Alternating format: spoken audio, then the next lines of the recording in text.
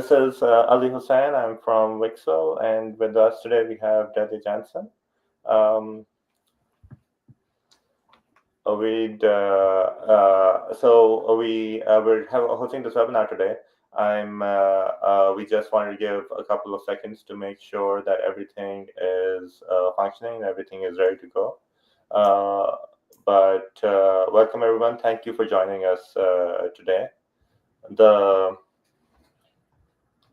So I introduced myself to you, and I don't think this is the first time you're most of you have known Wixel. Most of you have already attended events from Wixel and know a bit about us. But just in case for somebody that is new, I wanted to give this introduction in terms of where Tech Services Accelerator, our goal is to make available to founders of tech services companies the same resources commonplace for product startups. So you have a lot of product accelerators out there. What we want to do is do the same thing for tech services. And as such, we're talking about this webinar on partnerships because partnerships are such an important part of the equation. There is the continuous part where we as technology services companies, we struggle with this reality and that we want to be seen as a solution provider. That's where the nice gross margins are. That's where you say get to build by value.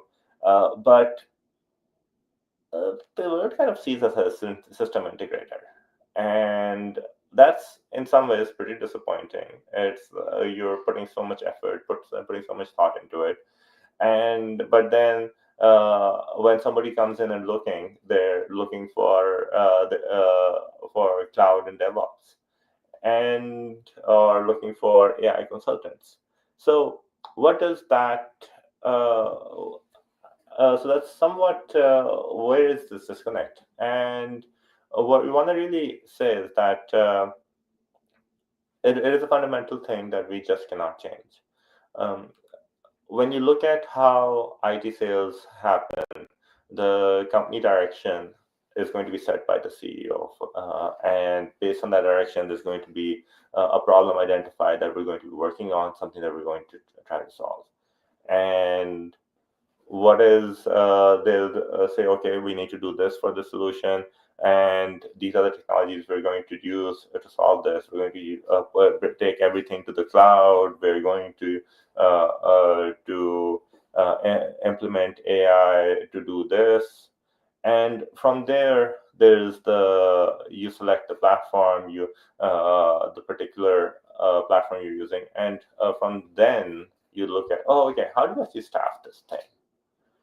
Now, what you'd realize is that if you're a small company, if you're a small tech services company, you actually don't really have the option to approach somebody at the top of the chain. You don't like the CEO of Fortune 500 is not going to listen to you. They're going to listen to Bain and Co. They're going to listen to BCG. They're going to listen to McKinsey, or well, it might be the other way around, where they'll tell McKinsey, and McKinsey will package it for their leadership team and the board. But it is that's not where you are part of the solution. And no matter what you do, your turn comes in. You get a seat at the table once some preliminary decisions that are according to technology have been made. At best, you can be in the solution defined stage where you identify that, tell them, hey, this is the solution you need, and these are the technologies that you need to solve over there. But many times, they actually reach out and look for consultants and the implementation staff stage. So it is actually what really happens is that the technology that you're working on becomes most likely has already been chosen by the time they come to you. And for that reason, the solution that you have to provide has technology already in its context. And that's why you can't ignore the platform provider. They have the authority on the technology. They own it. They own the product roadmap. They're going to be saying what goes, what's right and what's not right. When the customer wants to know what's happening, they're going to come to you first. they're going to come to the product platform provider first. They'll expect, and even beyond that, when you're talking about your business, we saw that diagram before. When you're trying to draw a strategic focus for your company, if you're trying to solve a particular problem for your company, it means that the kind of problems that you have, they will need to have a focus on some technologies. And so I convinced you that technology is critical, and you listen to me. You're like, okay, I am going to go to the platform provider, and I'm going to sign up, and I'm going to get so many leads, and I'm going to get everyone is going to be clamoring for me and my partnership. And no, not what happens. You get nothing. You signed up on the platform provider page, did the three signed up, told them what your company is, did the 3 certifications that you need to. You're like, oh, I don't have a public case study right now, and you nobody cares. Nothing happens. Like, there's just a logo on your website that tens of thousands of other people have on their websites too. And that is the inherent problem that we want to actually talk about today. That's why we brought in Delya Jansen. So Delya, I've known her for a few years now. She's been in partnerships. What I really, really admire about Delya is how she has a very clear understanding of this is what the value of a partnership is, and how we need to be thinking about creating and optimizing that value for the partnership. So, thank you for joining us. Thank you for helping everyone in the Vixel audience, Delia. Yeah. Hi. Yes. Nice to meet you. I've started working with Vixel a while ago. I worked at a lot of these big tech companies that you guys are trying to partner with. So this is a little bit more from, what happens on the other side when you guys trying to partner. And I think it might be useful for you guys to hear it this way. I'm also a little bit different that most of how partnerships are seen, right? They're oftentimes seen as this loosey-goosey business development, not sure where it's going, not sure where it's happening. That's bad way to do partnership. Partnerships are very much a science, right? There is some art, some business development, and some relationship building, of course, right? It hangs on it, but so much of it is actually more of a science. It's predictable, it's mathematics, it's very linear, it's very sequential. So I'm here to tell you how these programs work, and help you understand whether it's worth, how to make a decision if you guys should really decide to partner with them, what it costs, and just different ways you can approach it. Just again, really quickly about me. Yes, I've been in partnerships for a long time. Right now, I'm building a company called thepie.com. It is an agentic AI platform for partnerships. So I'm 100% a founder and a CEO of a software startup. I'm no longer consulting, but I'm happy to speak to any of you guys as an advice or just as a friend of Vixel community. They've helped me quite a bit in the beginning. So please feel free to reach out. And if you do need further consultancy, hands-on experience, I have a network of friends who I can recommend you to. The other thing is, I know a lot of you guys are DevOps agencies here. We have, and you might be looking at me as a potential customer. Just really quickly, we've actually just completed a 2-year engagement with an agency, and we have a fully staffed engineering team. So keep that in mind as well. But again, if you want to reach out to me, talk about partnerships, happy to do that. I'm going to cover a couple of topics, and then at the end, we'll leave plenty of room for comments. So if any questions come up or any comments, feel free to put it in a chat. We have people monitoring it, and we'll address them at the end if I haven't already answered it with my slides. We are going to focus on the fact that my favorite, saying is, hope, I think, is a leading cause of failure, especially when it comes to partnerships. What Ali just mentioned earlier, right? You go in, you fill out the form, you do all the minimum things, and then you're just sitting there and hoping. That's not how to make these partnerships work, right? So there is, as I mentioned before, a very realistic, predictable science behind it. So let's dig into it. For the purpose of this presentation, I'm going to focus on 4 companies. Now, a lot more have partnerships, right? I get that. But I think these four really is a good representation of how most of the partnerships work, right? If you can figure out how Microsoft, AWS, Google, and then Snowflake also created their partnerships, the rest fall and follow them, right? So these guys are the leaders, and most of them out there just have a version of these programs. And these programs are also very, very different from each other. So that's why I picked those. So we're going to cover their programs, their benefits, the cost to you that it takes, how to actually analyze whether or not you should invest into the partnerships, and then different ways to make a decision. So I'll walk you through all of that. And again, the reason to focus on them is then I can provide you numbers that are realistic, right? So these are the numbers for these four companies. These are not just random IDC Gartner numbers that don't actually mean anything to you. So these numbers should mean something to you. If you've experienced this whole thing of they don't care about partners, they don't care about me, that's not true. So let me pivot that for 1 second. They care about partners a lot, right? They have about, this year alone, about $283 billion of CapEx between the four companies that they're investing into partnerships. In addition to that, $5 billion, that's an additional thing, set aside just to pay you in many different ways. And we'll cover how that $5 billion actually trickles down to the partners. And they employ, between the four companies, about 60,000 people. And these are not cheap resources. On average, it's like a $200,000 to $250,000 salary alone, people that are primarily in US and EMEA. So they do care about partners a lot. They care about partners a lot is because they expect a lot as well. They have to have, there's no way you can become a $1 trillion company without having over 50% of your revenue delivered to you by partners. It's an impossible. Partners are a multiplier of revenue, product, and services. And if you take a look at it, again, between the four very specific companies, these are their targets for their 2025-26 fiscal year, whichever way it ends up, if a company has a different ending, right? But they expect about $415 billion as a partner influenced revenue in this year alone. Now, if you have this feeling like, but they don't care about me, it's by design, right? Because where are you in that partner influence? You're a spec. Even if you're an Accenture, you're a spec in the overall, scheme of things. And I don't think we have Accenture-sized companies here.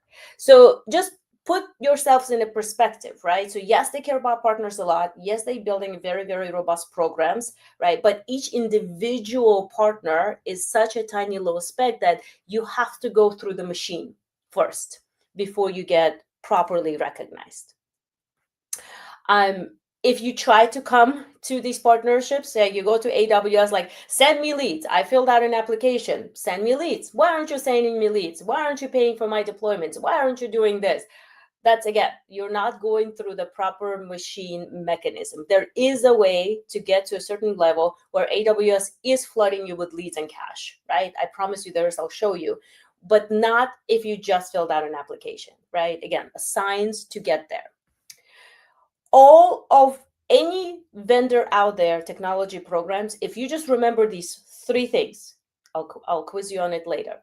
They judge you around three things, right? It's, first of all, it's actually talent. They rely specifically for your type of business, right? So we're not talking about the resellers and the distributors and those guys, right? For you, they rely for you to be an extension of their PS team, essentially. So they need to make sure that you have the right talent. And that is usually measured in certs. It's very, very simple, right? So do you have the right talent to represent their technology correctly within the customers when they can no longer touch the customers or cannot reach those customers, right? So the first thing is really talent. Then there's revenue. I put revenue second because at the end of the day, you guys have a business, you're selling to your customers, you're implementing AWS, Snowflake, Databricks, whatever. You're already doing that.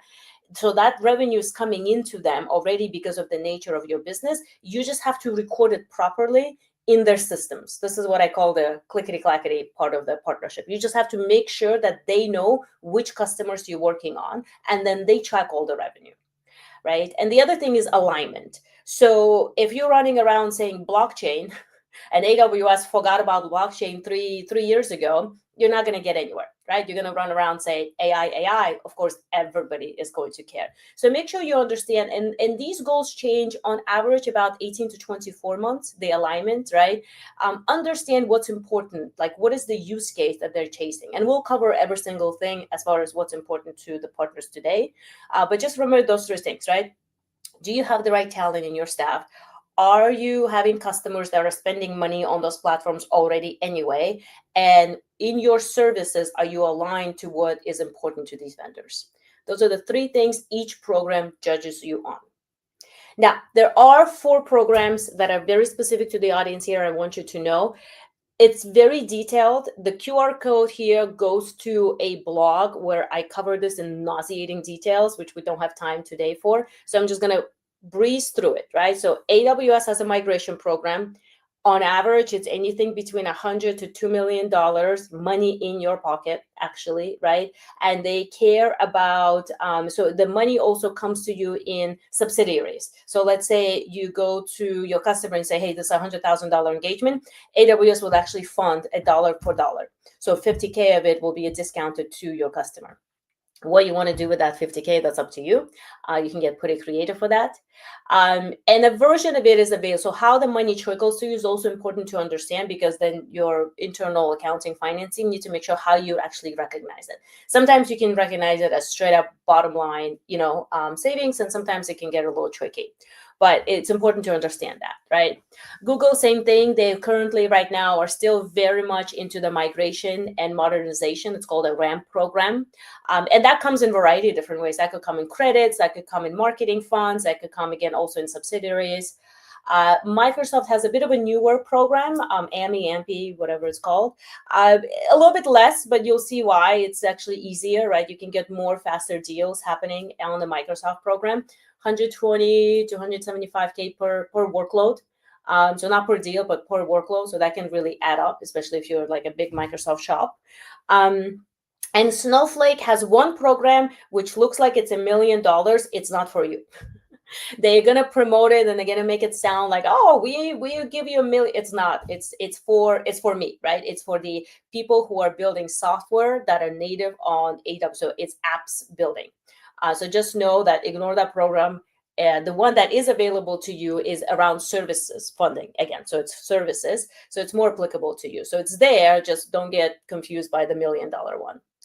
And that one is mostly about reimbursement. So again, 4 different programs. You can visit the blog if you want further details. Give me a call as well, or reach out to me on LinkedIn. So this looks exciting. Woo, bags of cash, right? So, but before you jump into this whole thing, right? So I'm kind of taking like, yeah, good and bad. I'm taking on this little bit of a journey, right?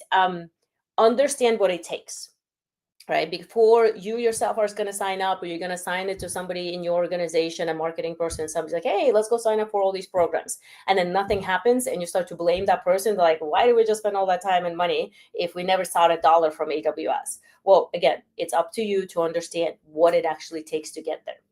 So if you remember those 4 things that I mentioned, right? So they measure you on talent, really number of certs, they measure you on revenue, and they're measuring you on the alignment. Let's look at AWS. It's the craziest one, I think. It is also the most costly. So you need to have 26 people in all kinds of different ways certified all the time, by the way, right? You need to be driving at least 500K a year, where you can say, here are my customers, and you need to go into the AWS system. Oftentimes, for all 4 of these programs, you need to know the customer's billing ID in order to prove that that is your deal. In fact, multiple partners can be in it. So even your competitors and AWS and all these guys have done a good job separating. So multiple partners can be claiming the same deal. That's fine, as long as you prove that you're doing different things in it, and you must have the customer billing ID. That usually tends to be the biggest clashing point. Is everybody realize like, oh yeah, we know a bunch of customers, we're just going to go put in their names. Well, if you don't know the billing ID, then you can't really prove that you're truly working on this customer. Right now, the alignment for AWS, actually, it's about the same thing, right? It's the data center, server migration, but they're really going after VMware.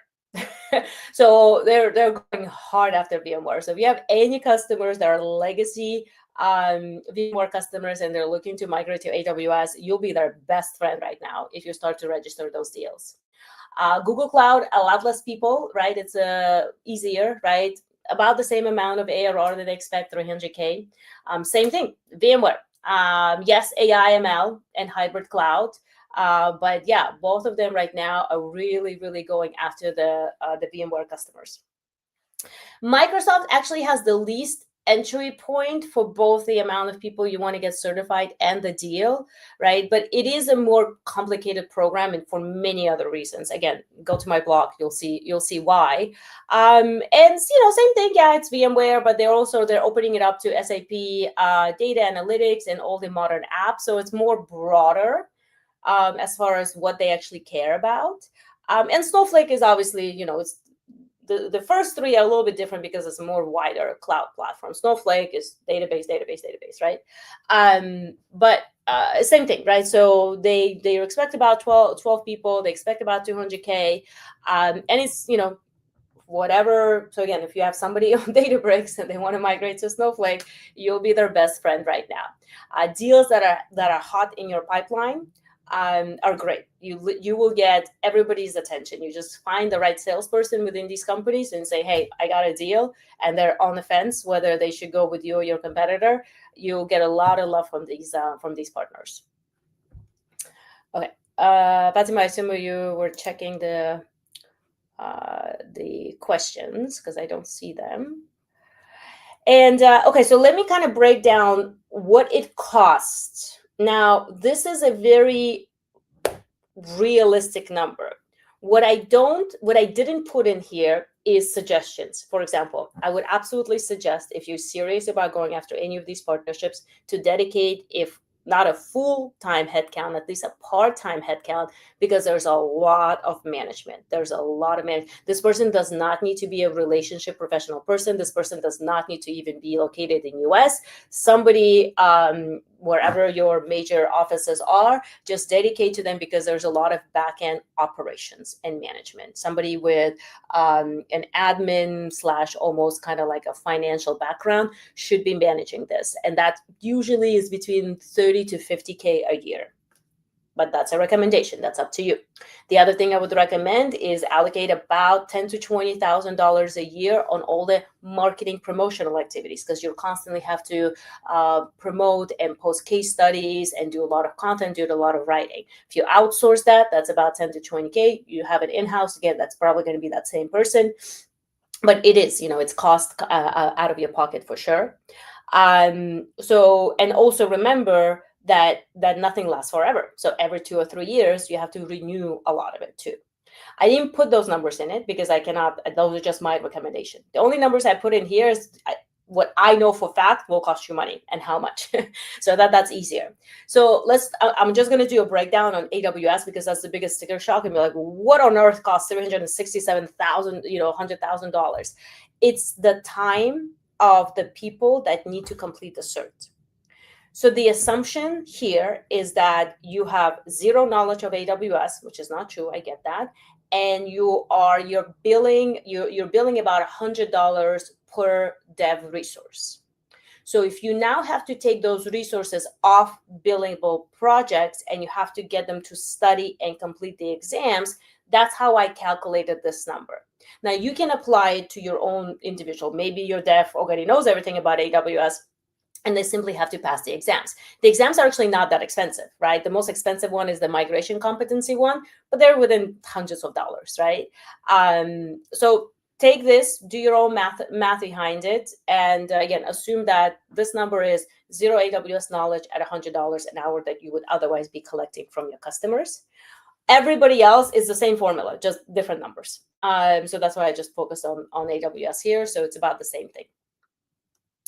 And once again, on this blog over here, I also get into these numbers and what it actually takes.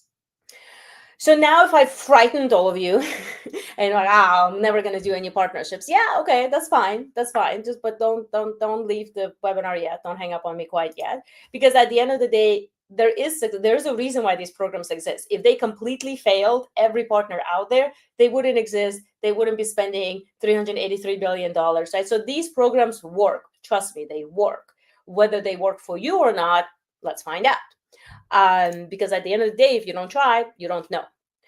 I went out and searched for success stories. I couldn't find every single one of them, but these are public success stories of companies that are similar size to you. All of them. So I didn't give you success stories from Cognizant or Accenture or Slalom.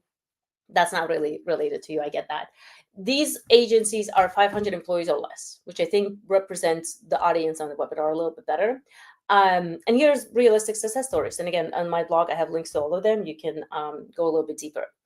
So if you take a look at it, the success is really around how much money they can get per deal, how quickly they started to recover this. So they all went and made the investment, right? So from these stories and just from anecdotally from my stories, when these things are successful, your how fast you can close a deal is much shorter because you have all of these certs, and that's important to some customers, right? They don't have to validate you on their own. They're like, all right, well, there's an elite partner of Snowflake. Of course, they know Snowflake. So it shortens the deal significantly.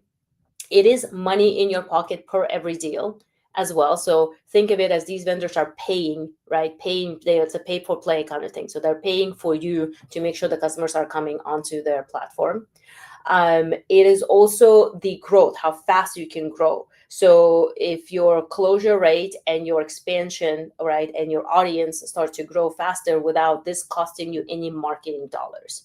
So net new accounts are landing, not in the beginning directly from the service providers, but you can do a lot of marketing on your own by saying that you have certain badges or you have certain competencies, because customers like me look for that. Trust me, it's very, very important to us if we are to engage an agency because we don't know, right? We don't know how knowledgeable your team is. There's no way we can go interview everybody on your team that you're ever going to assign to me. But again, if AWS and Snowflake stamped you with a certain badge, I can sleep better at night, or I'm willing to pay you more money for that. So these are some of the success stories. Again, very, very realistic. If you know owners of any of them, reach out, find out from them. Feel free to do that. Now, so these are extreme. What I thought would be important to you guys is understand, if you were to invest, when do you break even and therefore start to kind of gain it back? So here's some basic numbers, right? So let's take AWS, for example. At first, it's like, oh my God, 300K. It's like, so it is the highest barrier. They always have been, right? They always will be. Google and Microsoft just tend to kind of copy AWS 2 or 3 years later and make it way more complicated. But at the end of the day, you really only need one migration deal. So if you already have that, or if that's in your pipeline, right, and you prioritize closing that deal, it pays for itself immediately. The 12 to 18 months, it could take 12 and 18. Again, granted that you have zero AWS knowledge and all of your team is starting from scratch. If you're already pretty knowledgeable on AWS and you have one migration deal in your pipeline, you can get the minimum required tier to start to recognize these benefits, right? Google, same thing. It's also one deal, right? 200 to 700K in any of those other use cases that I mentioned. Again, if you're doing something that's outside of those use cases and Google does not care, you're not going to get the funding. But if it's anything in the VMware migration, SAP workload, app modernization, anything that falls into those use cases is great. It's also the lowest upfront investment. If you recall, you don't need to have that many people trained. You don't have to pay for that many trainings upfront. Microsoft, same thing, 100 to 500K deal gets you there. It's the best, I would say. Microsoft is the best balance, right? It's not the lowest, but it does pay more per deal. So I would say if you have any customers on Microsoft already, that one is probably going to will feel the easiest one to get started. And Snowflake is very fast, right? Because they have to be competitive. They're the most desperate out of the whole chunk over there. So they'll react really fast to you. They still require, I think it was like 12 people to get started. So it's still a bit higher barrier of what you have to do. But once you get it, there's not this weirdness that you have to wait a 12 months period or whatever. The money is in your pocket much faster out compared to the rest of the programs there. Okay, so we wanted to leave at least 15 minutes. We might actually end up with a little bit more. And I think this is where a lot of you may have a lot of questions about. This is Delya's recommendation. Understand that. It's not validated or stand by any of these cloud providers. This is just what I would recommend to you. And it's basically when to go deeper, diversify, or don't touch it with a 10-foot pole, right? Go deeper on one or two particular partnerships if your organization is very much like development focused, right? You're sitting there, you're building things, you're cranking things, you're making decisions together and sometimes on behalf of your customers, right? And in general, your customers tend to be around one or two, or your services focused already naturally into one or two major providers. Again, that doesn't have to be the ones that I mentioned, pick any of them, right? And you have existing customers on the platform or in the pipeline, right? You're already 50% there. So it'll be minimum effort for you to complete the other 50. The minimum effort will just be, again, getting all your certs corrected, getting into the program, make sure you're recording all the deals. So it becomes more admin-y kind of work. And again, in my experience, the true dev shops oftentimes control the tech stack, right? In comparison, diversify, right? So have a couple of partnerships going on. If you are more like a consultant, architect, design, which typically means that you have to work with whatever customer wants, which therefore means that it's probably going to be a lot of different vendors. And oftentimes the customer really controls the tech stack. You have very little control over it. Maybe you got around a few things here and there, but not the major decisions, right? Customer already comes to you like, hey, here's what we're building. It's this and that. And you're just sitting there and reorganizing it and redesigning it. Still, you could have some really large deals, right? Because you could be consulting or around architecture and design around a 500K AWS migration deal. And maybe it is Slalom, or maybe it is WWT that's doing some of the boring stuff, right? But you could still sneak in and say, hey, but I'm architecting and designing a particular app. And yes, we're constantly recommending that the customer is on AWS. So you can kind of slide in here as well into some of these bigger deals. Again, granted that you have the trust of your customer to touch that part of the project, share a billing ID and all of that, right? This is where you can kind of get in. Maybe you won't reach really top tiers in any one of these, but you'll be on a mid-tier across maybe 3 or 4 of them. And the mid-tier still pays quite a bit. So I would recommend, still investing it, even if you're in that type of a partner. Walk away, that I've recommended to several people when I used to consult, honestly, simply if you just can't afford it. It just makes no sense for you to do that. And that's not where your business is at right now. It would just be detrimental to even take one dev guy off of a billing hours and put him for sure, right? I mean, that's easy.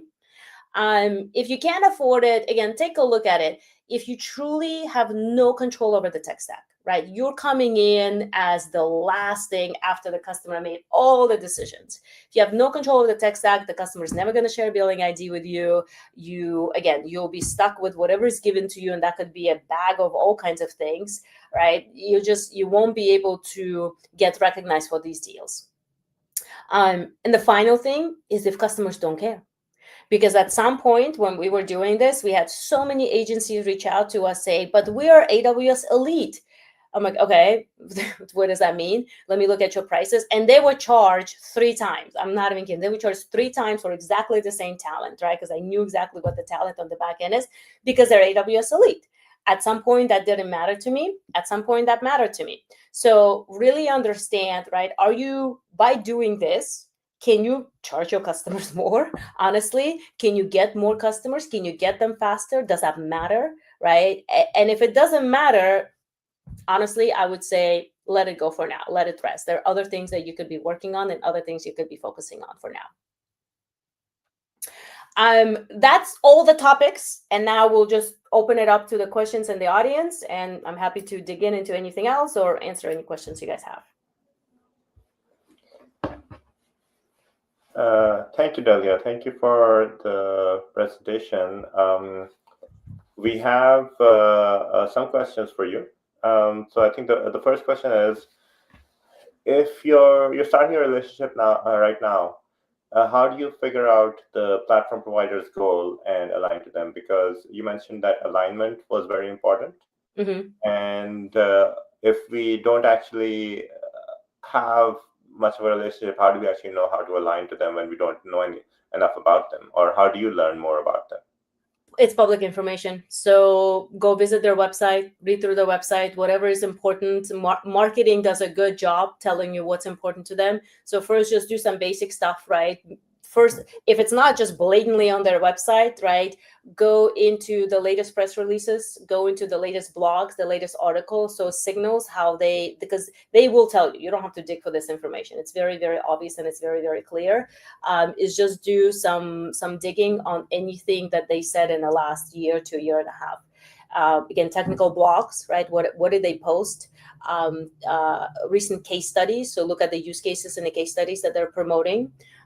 If there are any local events or online events, enter those. They will talk about it, right? And at the end of the day, if you simply fill out, most of them, you come in and there's a form. You can fill out a form, and no, you do not get a human being assigned, but there are human beings looking at this thing. So you could just send them a note, be like, hey, just out of curiosity. The other thing, if you're savvy on LinkedIn, go find a partner manager somewhere and just send them and be like, hey, just out of curiosity, I got these deals in the pipeline. Is that important to you guys right now? But again, I would say that's the last resort and probably the most time consuming. Just look at all the things that they're putting out there. You'll be able to tell. And if you have any specific ones you're interested in, just ping me. And then if they're not being obvious, I can maybe dig into my contacts and find out. I think there was actually a very other interesting point that was rising up in there. The same way you're doing research on your customers, trying to understand their business needs, understand their priorities, understand how you fall into them, and how you can tailor your pitches to them so it's hitting them exactly. And I think you're kind of suggesting that, hey, that same research, that same proactiveness you're taking with your customers, if you are going to pursue a partnership, you need to pursue it with that same kind of enthusiasm. Honestly, what vendors care about is also a symptom. So if you really want to get to the root of it, find out what customers care about. Nice. Okay. So ask your customers, especially your existing customers, as you're working on the deal, right? As you're working on the implementation right now, hey, what are you guys going to do? What does your roadmap look like a year to a year and a half to 2 years from now? Customers know, even startups know, right? I know exactly what we're building in the next 2 years. Whether we're going to build it or not doesn't matter, but I know, I think I know what we're building. So yeah, it's a symptom to reaction to the customer. So if you know what your customers are doing, you probably know what's important to the vendors. Nice. And so interesting. That's a really interesting, useful perspective in terms of this is the work that you should be doing anyway with your customer. Yeah. There you go. The next question. When you have competing partners, and I think you talked about this a little bit with the development versus consulting dilemma that you kind of mentioned.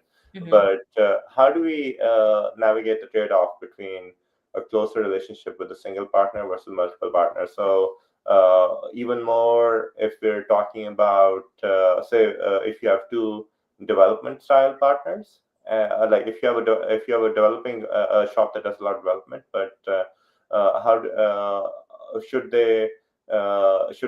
when should they choose between having a closer relationship with one platform versus having multiple platforms in their roster? That one, don't care. Like if you're like, oh, if I'm partnered with AWS, will Azure care about? Absolutely not. Absolutely not at your level, right? So when I was working at NetApp, yes, there were clauses that AWS would try to say that if Delya is on AWS, you cannot work on Microsoft. They were not implementable, and at the end of the day, they don't care because they know it's happening. At your level, they're not going to care. Trust me. So whether you are partnering with one cloud provider or two, or competing, Databricks and Snowflake, or Tableau and BI, whatever, they don't care. Trust me. It just comes back to my last slide: is doesn't matter to you, right? Are your services around? Do you make more money faster by being more of a multi-vendor, or are you more of a focused vendor type of a shop? So it comes down to your core business and your customer needs, and focus on that, not what these guys care about. The other thing I thought you were asking in the beginning, so let's say there is a Slalom or WWT or an Accenture in the deal, right? That one is more like a back-end gymnastics. You just have to learn is how you register the deal. You just got to get a little bit savvy in how you get the deal properly registered. And then, like I said, the programs are meant to pay multiple partners on exactly the same deal. They know that that's what happens. They know that there is a value that each, so as long as you're talking to their customers, as long as you're saying AWS, right? There is value, and they're ready to pay for it. They've budgeted to pay for that value. Makes sense. Actually, can we double click on that? Like, do you just get kind of equal credit, or is it like you have to fight with? Oh, this is what we did. This is what Slalom did. Okay, so that's a two-part question. Do you get equal credit to Slalom? That doesn't depend on what you guys did. That usually depends on your tier. Is Slalom elite, and are you just mid-tier, right? So what is programmatically, what tier are you at? And that what determines how much money gets unlocked to you, right? Now, who did what? Again, it's a big machine that these deal registrations go through. So sometimes, even if it's the idea, it probably not going to get caught, right? But it is meant, so if somebody catches this and they're like, wait a minute, no, we have 4 partners saying that they do exactly the same 4 thing, they might dig in. It's like filing taxes, right? So if something comes up and it bubbles up, and you just, you got picked for whatever reason, and there's a human being on the other end who really wants to dig in, maybe they'll dig into it, right? But so much of it just gets kind of like through the noise, through the machine, that it doesn't get caught, or that nobody wants to dig in that deeper. Again, the most important thing, what determines is what boxes did you check in their system, and then therefore how much money should get released to you. Got it. Thanks. That really helps. And so your goal is to get to make sure that you're registering properly in the provider's platform, in the platform provider's partnership platform, and from there, it's not really that big of a concern if there's more than one people or any fights on whose it is. Like. Because it is not the world, yeah. So you guys are not, thank God, playing in the world of the traditional channel reselling deal reg. Mm-hmm. All right, back then, or that's still happening, unfortunately. Yeah, the first one who came in got 20%, everybody else got 5%. So even if the partner who closed the deal, but just because they literally registered a deal 1 second later, they get 5, and the other guy is sitting on the 20, that world is over. At least not, yeah. So that's no longer happening. It's really like, did you deliver value? Right? Are you an important partner? Did you check all the boxes? Hence why I really, really recommend having somebody part-time or full-time headcount who understands how all this back-end minutia works, right? Because the whole thing could just stall and crash because of the paperwork as well. Got it. The next question is, what is the work we can do in setting ourselves up for a future strong partnership with a company like OpenAI that doesn't have a partner program yet? Yeah, that one is tricky.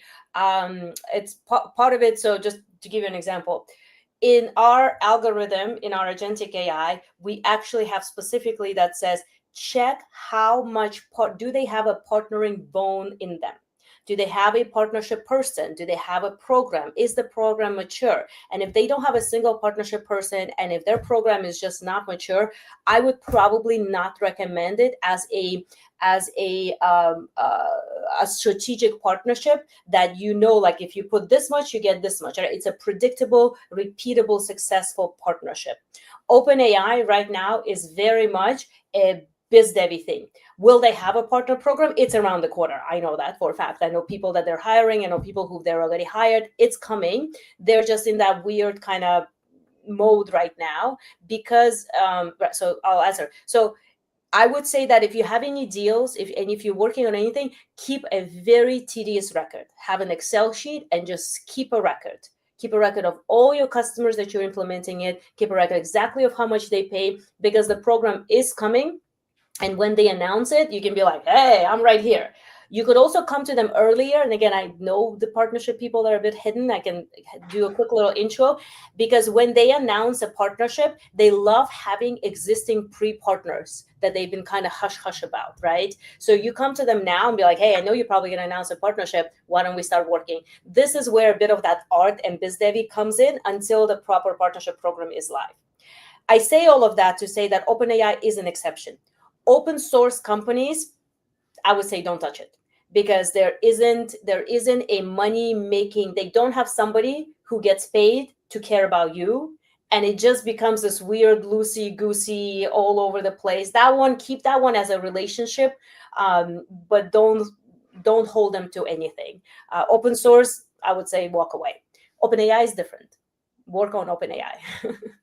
I guess I would actually add a couple of things to what you're saying. I think when you were talking about the relationships, I think there's actually one relationship that is probably not just keep the Excel sheet, say hi, build a relationship with the salesperson on the platform provider side.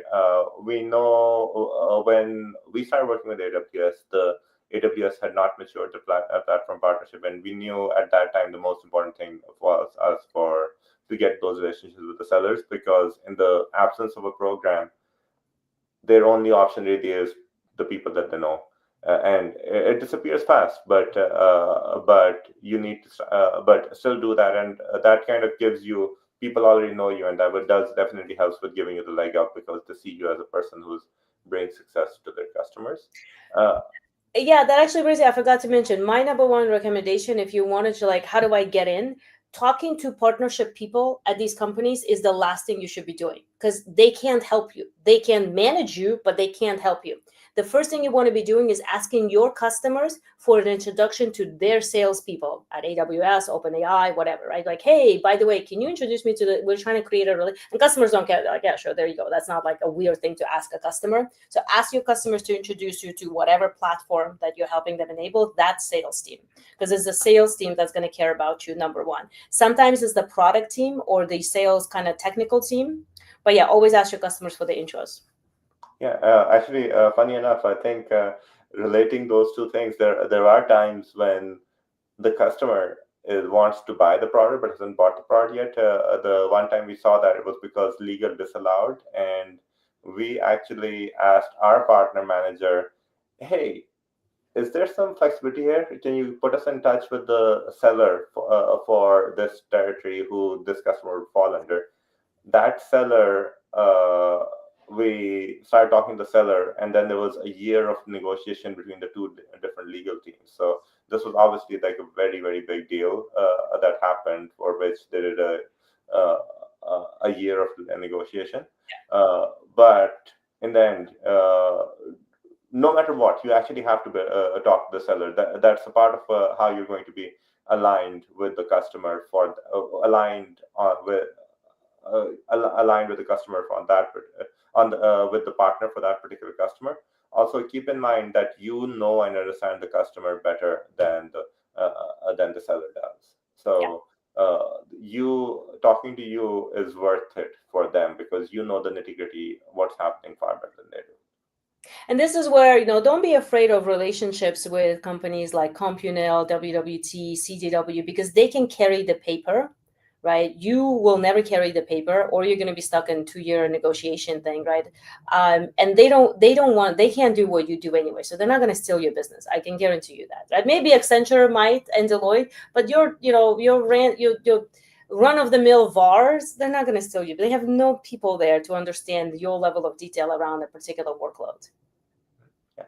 And I think the other point that I was going to make about open source, there is one value that you can get from a partnership with open source, which is the credibility, which getting on, if you use it, leverage it to get into talks, get some official commendations.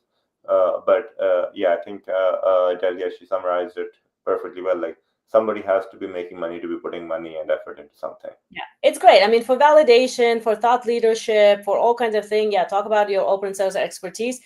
Don't expect monetary, support from them. They just don't have that machine built. Yeah, makes sense. The next question. So you talked about kind of the financial considerations when evaluating partners, and kind of like, okay, this is kind of does it align with my strategy, business strategy? But there are some companies that are nicer to their partners, some companies which are more partner focused, some which are not. And how can somebody evaluate in that, hey, I think they're going to be good to their partners, but they're not going to be good to their You're gonna partners. see me in 3 months. Funny enough that you say that. There isn't an answer to that right now. I want to build Glassdoor for partner programs.